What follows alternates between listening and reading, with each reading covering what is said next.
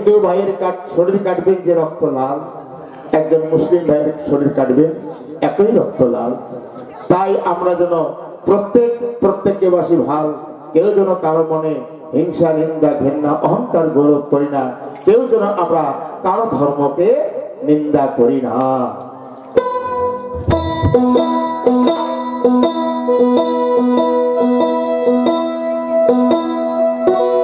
ওরে কেমন করে চিনব তারে মানুষ, হিন্দু না সেই মুসলমান।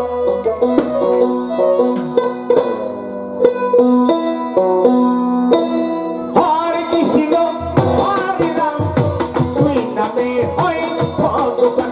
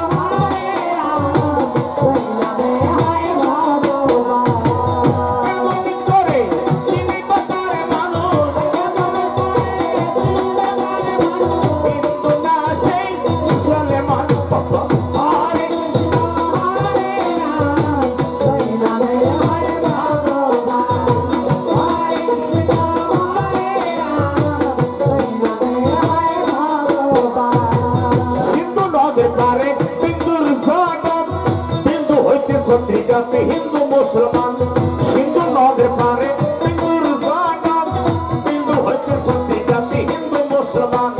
কাশরের মাঠে কেমন করে তারা, বিচারের দিনে কেমন করে মানুষ চিনা যাবে হিন্দু না মুসলমান। হরে কৃষ্ণ হরে রাম, তুই নামে হয় ভগবান।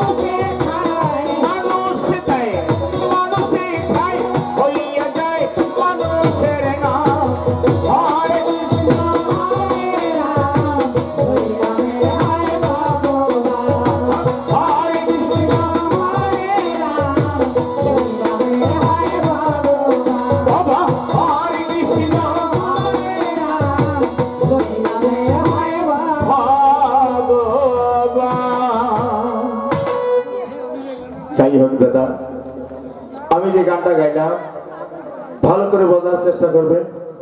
হিন্দু ভাই পাতা বলি দেয় কালী মায়ের ঘরে, ওখানে কালীমা এসে কি আহার করে? কি দাদা, কালীমাও কি খায় আসি? ওই মানুষে দেয়, মানুষে খায়। মুসলমান ভাই সিন্নি করে দেয় মসজিদ ঘরে, ওটা কেন কি আল্লাহ আসি আহার করে? ওই আল্লাহও খায় না, খোদাও খায় না, কালীমাও খায় না। কে খায়? মানুষে দেয়, মানুষে খায়। তাই কবি বলছে মানুষের ভিতরে মানুষ, তার ভিতরে সাই। আলিমুল গায়বে আল্লাহ এবং ঈশ্বর চিনবার কারোই সাধ্য নাই। আল্লাহ কোথায়? ঈশ্বর কোথায়? ভগবান কোথায়? এই মানুষের ভিতরে বিরাজমান করতেছে। এই জন্য আমরা হিন্দু মুসলিম ডোম ডাওয়াই সালাল মুসিবতর যে কোনো জাতির মানুষ হোক না কেন, কেউ যেন কোনো মানুষকে দেখে আমরা হিংসা, নিন্দা, ঘৃণা, অহংকার, গৌরব করি না। সৃষ্টির স্রষ্টা যিনি মহান ঈশ্বর, এক আল্লাহ, এক ঈশ্বর ছাড়া আর ব্যতীত নাই, কোন নাস্তিক নাই। যে আল্লাহ এবং ঈশ্বর তোমাকে আমাকে দুনিয়ার বুকে পাঠিয়েছেন। একটা মানুষকে অপমান করা যে কথা, যে কোনো ধর্মের মানুষ হোক না কেন, একটা মানুষের মন ভাঙা যে কথা, মুসলমান হাদিসে আছে একটা মসজিদ ভাঙা একই কথা। একটা মানুষের মন ভাঙা যে কথা, হিন্দু শাস্ত্রে আছে একটা মন্দির ভাঙা একই কথা। এই জন্য আমরা প্রত্যেকটা মানুষের যেন মানুষের সঙ্গে মিলেমিশে চলতে পারি। এই জন্য কাজী নজরুল ইসলাম বলেছেন, মোরা এক বৃত্তে দুটি কুসুম, হিন্দু মুসলমান, মুসলিম তার নয়নমণি, হিন্দু তাহার প্রাণ। কত সুন্দর কথা শুনে যান। আজকে সনাতন ধর্মের মধ্যে বলে ব্রহ্মা বিষ্ণু মহেশ্বর, তিনটা মাথা, একটা হলো তার ধর। কি আছে না? ব্রহ্মা বিষ্ণু মহেশ্বর, তিনটা মাথা, একটা হলো ধর। দুনিয়ার বুকে প্রমাণ দিয়েছে তার নাম ত্রিশূল। জীবনে করবেন না ভুল। সনাতন ধর্মের মা এবং দিদি, মাসি, পিচি, কাকি যারা আসছেন, দয়া করে শুনে যান। সকাল, দুপুর, সন্ধ্যা, 3 সন্ধ্যা আহ্নিক করবেন। 3 সন্ধ্যা সুন্দর করে তুলসীর গোড়ায় দিয়ে ফুল জল দিয়ে উলুধ্বনি দিতে হয়। কি মা দেন না? তুলসীর গোড়ায় ফুল জল দিয়ে উলুধ্বনি দেন না? সকাল, দুপুর, সন্ধ্যা 3টা টাইম আপনারা দেন, উলুধ্বনি দেন। কিন্তু মা, একটা কথা আমি জিজ্ঞেস করি, এখানে বেশি তো নাই, অল্প কয়েকজন আছে।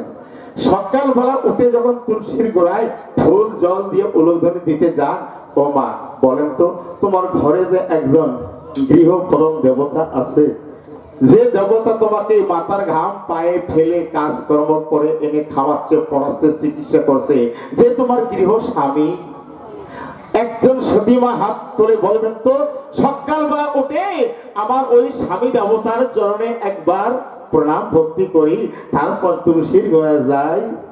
একজন হাত তোলা তোমার আছে? কোন স্বামী কঠিন ভক্তি শ্রদ্ধা করা পারতাম, আমার তুলসীর গোড়ায় গিয়ে ভক্তি দিলে পটে গোড়ায় মেলা। ও মা, ওই স্বামীর চরণের ভক্তি এবার না করিয়া তুলসী কেন, দুর্গা মা, দুর্গার বাপ যে দক্ষরাজ আছে, যদি এবার পা বা এবার চরণ মানে কপাল ঠোকাতে ঠোকাতে কপাল করেন খাল, তবু দুর্গা কেন, দুর্গার বাপও বাসবেন না ভাল, ওই নারীরা কখনো স্বর্গবাসী হতে পারবেন না। আগে সেবা করতে হবে আপনার ঘরের গৃহ স্বামীকে। স্বামীর চরণে করবেন ভক্তি, তবে তো ভগবান তোমার করিবে মুক্তি। তাই ভক্তের অধীন ভগবান, নরূপে নারায়ণ। তোমার তোমার স্বামী দেবতার মন যদি খারাপ করে, মা দুর্গার মণ্ডপে যান, মা কালীর মন্দিরে যান, ও মা যতই এবার দেখো মায়ের পুজোয় যান, মায়ের সেবা ভক্তি করেন, কোনো লাভ হবে না। আগে স্বামীর মনকে সন্তুষ্ট রাখতে হবে।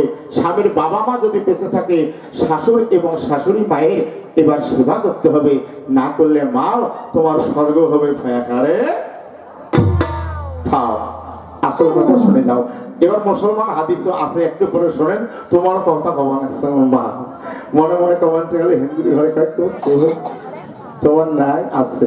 তাই শুনে যাও, যত আমরা শরীয়ত তরিকত হকিকত মারফত করি না কেন, খবর আছে এই যে এবার মনসুর হেল্লাজের কাহিনী খানা নেওয়া হয়েছে, আয়না আর মনসুর দুইটি ভাই বোনের কাহিনী। খবর জানেন মনসুরের বাবা কে ছিলেন? মনসুরের বাবা একজন এই বিশ্বের মধ্যে, দুনিয়ার মধ্যে আল্লাহর প্রেমিক পাগল ছিলেন। ভালো করে কথা বলে শুনে যান। যেমন কৃষ্ণ ভক্ত সুদামা ছিল, সুদামাকে মারতে মারতে এবার গায়ের চামড়া ছিঁড়ে রক্তে রক্তাক্ত করেছিল,